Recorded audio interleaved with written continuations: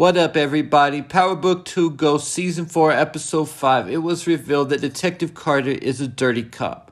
But the thing about Carter is that he's not just a dirty cop. He's a man who has his own rules that he lives by according to his past trauma and his own moral code. Carter's wife, who was a nurse, was killed by a couple of drug dealers as they rushed to finish off a man who was on a gurney. And Carter's wife, Denise, was an innocent victim. Carter is traumatized by this and still even talks to Denise at his home like she's still there. Carter also routinely visits the church to light a candle for Denise and talks to the priest in the confessional booth. When Carter was introduced, he said he was a man full of anger, bitterness, and wrath, but he hadn't acted on his anger. But when it was revealed that Carter is in fact dirty, he didn't mind killing a man on the spot, claiming that he once killed an innocent boy on the train. And if this was true, Carter felt like he acted in the interest of justice for the boy who was killed. But when you decide to take the law into your own hands and play by your own law instead of the law of the land, that will often come back to haunt you, even in the case of Carter, where he is law enforcement and he feels like he's acting in the interest of justice. But sooner or later, what Carter's doing will likely be exposed, even if he thinks he's acting in the interest of the greater good. Because no matter how Carter would try to justify his actions, in the sight of the law, what he's doing is still illegal and a crime. Killing that man like he did would still be considered a murder, no matter how justified he felt. According to his own code, though, his only rule is that no innocents get hurt. Like he told the priest, Denise would be happy that he's cleaning up the streets. But what if those two worlds would happen to collide?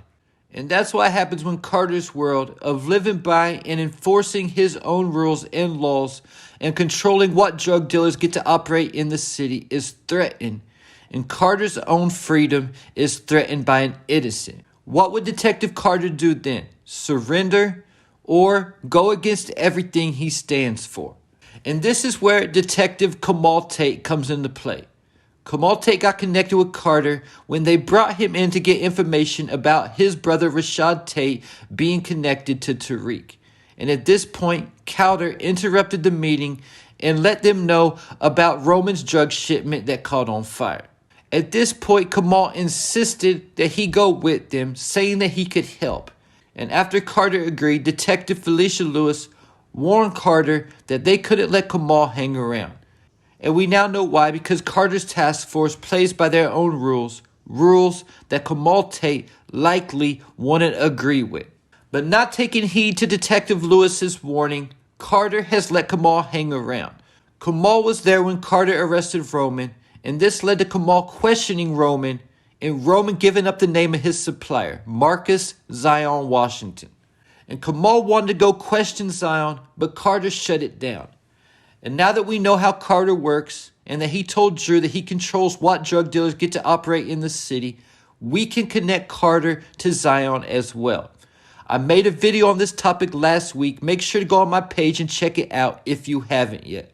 But because of Kamal hanging around, it will only be a matter of time until Kamal figures out what Carter has going on.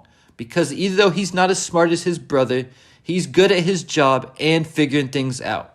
Concerning how this will affect Carter's moral code, this is also something that Simon Stern said was one of Ghost's problems during a conversation with Tariq, that Ghost's moral code interfered with his ambition, that the two were constantly at conflict with one another, and that's why James couldn't find peace.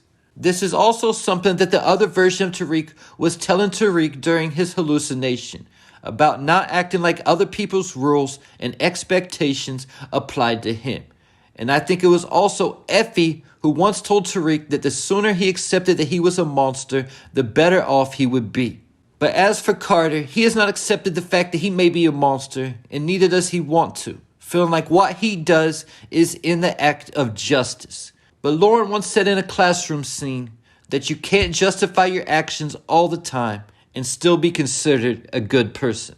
So when Kamal Tate finds out that Carter is crooked, Carter will then kill Kamal Tate, and this will bring Congressman Rashad Tate back into the storyline from his job in Congress in Washington, D.C., looking for answers about what happened to his brother. Also taking in consideration that Kamal has a wife and a son that he will be leaving behind if indeed he is killed. But from the clip with Rashad in the Part 2 trailer, we can definitely tell that something is wrong from his expression. And I'm guessing this is him getting the news from Detective Carter about his brother's death. There's also the clip with Detective Carter getting off the elevator at the police station, looking like he just got through with a drill. Then another clip of Carter in the precinct making a toast. This is most likely making a toast to Kamal Tate and vowing to catch his killer. Because Carter is wearing the same clothes in that picture, he just didn't have on his leather jacket. And it looks like there's someone sitting behind a cubicle who you can only see the top of their head, who I think could be Rashad Tate. But one thing about Rashad Tate, like I said at the beginning of this video, he is smarter than Kamal and can read people better than a book, more like a billboard or something like that, because Tate doesn't miss. So I think from the jump, from the time that Tate first meets Carter, he will tell that something is off about him and possibly expect that Carter is involved in his brother's death, especially when he finds out that his brother was working closely with Carter. Tate could then turn to Tariq to find out what he knows about Carter. And by the time this happens, I also think that Tariq will already know that Carter is dirty, as I think that Carter will force Tariq to work for him and replace Zion. I made a video on that topic a few days ago as well. If you haven't watched it yet, make sure to go on my page and check it out. Then at that point, even if Tariq doesn't know that Carter killed Kamal, he would know enough that Rashad would put the rest together himself. And it's also possible that Carter could initially try to point Tate in the direction of Tariq, telling him that Kamal was investigating Tariq St. Patrick. This would cause Tate to meet up with Tariq and question him for info. Keep it in mind, in Season 3, he said that he could read Tariq like a book, and he always knows when he's lying. So Rashad would be strapped, ready to bust Tariq if he's lying. But instead, something will be revealed about Carter by Tariq to tip Rashad off about what really happened. And the difference between Rashad and Kamal is that Rashad doesn't have any kind of rules that he lives by, simply looking out for himself first, doing whatever's smart to get to the top, not really trying to do anything illegal, but he will get his hands dirty if necessary. But at the same time, he wouldn't have to catch a body either. He could use his power and influence to take Carter down as well. It would be up to Tate how personal he takes his brother's death and if he wants to settle it legally, or would he be out for blood. But if Tariq and the Tejadas are going to survive this book in this season, then I do think it would take someone like Rashad Tate coming in with the assist at the end. Otherwise, I think Carter will have too much power, and because he has vendetta against Tariq, he could end up locking him up. And Tate stepping in with the assist and taking down Carter would be the perfect way to set up Tate's spin-off influence. Especially if he kills Carter for taking out Kamal, then he would have to go back to Congress, but now he would have blood on his hands.